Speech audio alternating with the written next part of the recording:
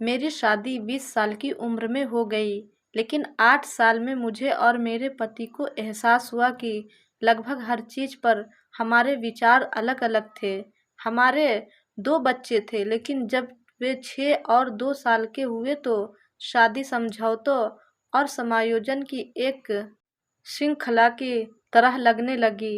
हम अपने बच्चों का पालन-पोषण कैसे करना चाहते हैं, इस पर हमारे विचार एक दूसरे से बहुत अलग थे, इसलिए हमने अलग होने का फैसला किया। इसमें कुछ भी करवा नहीं है, यह जीवन है, ऐसा कभी-कभी होता है।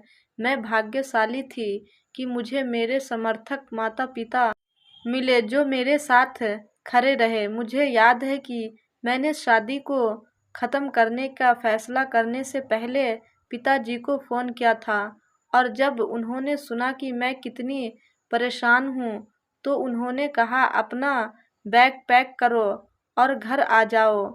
उन्होंने मुझे यह भी एहसास कराया कि शादी जीवन का अंतिम लक्ष्य नहीं है और समय के साथ मुझे एहसास हुआ कि वह कितने सही थे। तलाक के बाद जब मैं अपने माता-पिता के घर चली गई तो मुझे निष्क्रिय और उद्देश्यहीन महसूस हुआ।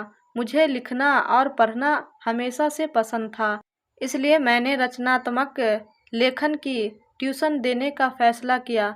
इसलिए एक दिन जब मेरा बेटा केवल 8 वर्ष का था, हमने ट्यूशन के लिए पर्चे बनाए और उन्हें अपने आस-पड़ोस में वितरित किया।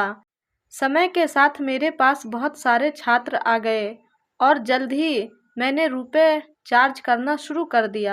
अपना स्वयं का रचनात्मक लेखन संस्थान शुरू करने के लिए एक कक्षा के लिए 50 रुपये। तब से हमारे पास 7,000 से अधिक छात्र हैं। मेरे तलाक को 19 साल हो गए हैं, लेकिन मैं अब तक सबसे ज़्यादा खुश हूँ।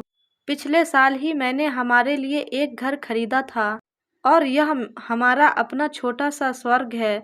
मेरी दिनचर्या में संस्थान में पढ़ाना शामिल है और फिर मेरा पसंदीदा हिस्सा अपने बच्चों के लिए घर आना, सिटकॉम देखते समय उनके साथ रात्रि भोजन करना, पात्रों पर चर्चा करना जैसे वे हमारे अस्तित्व का मूल है।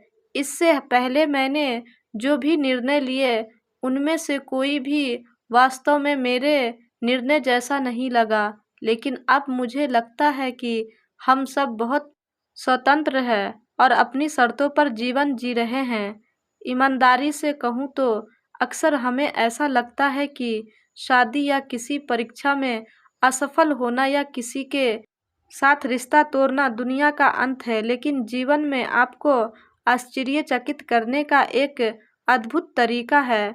मैं 47 साल की हूँ, लिख रही हूँ, अपना खुद का व्यवसाय चला रही हूँ, अपने बच्चों का पालन पोषण कर रही हूँ, यात्रा कर रही हूँ और अभी भी खोज कर रही हूँ और मेरे पास इसके अलावा कोई रास्ता नहीं है।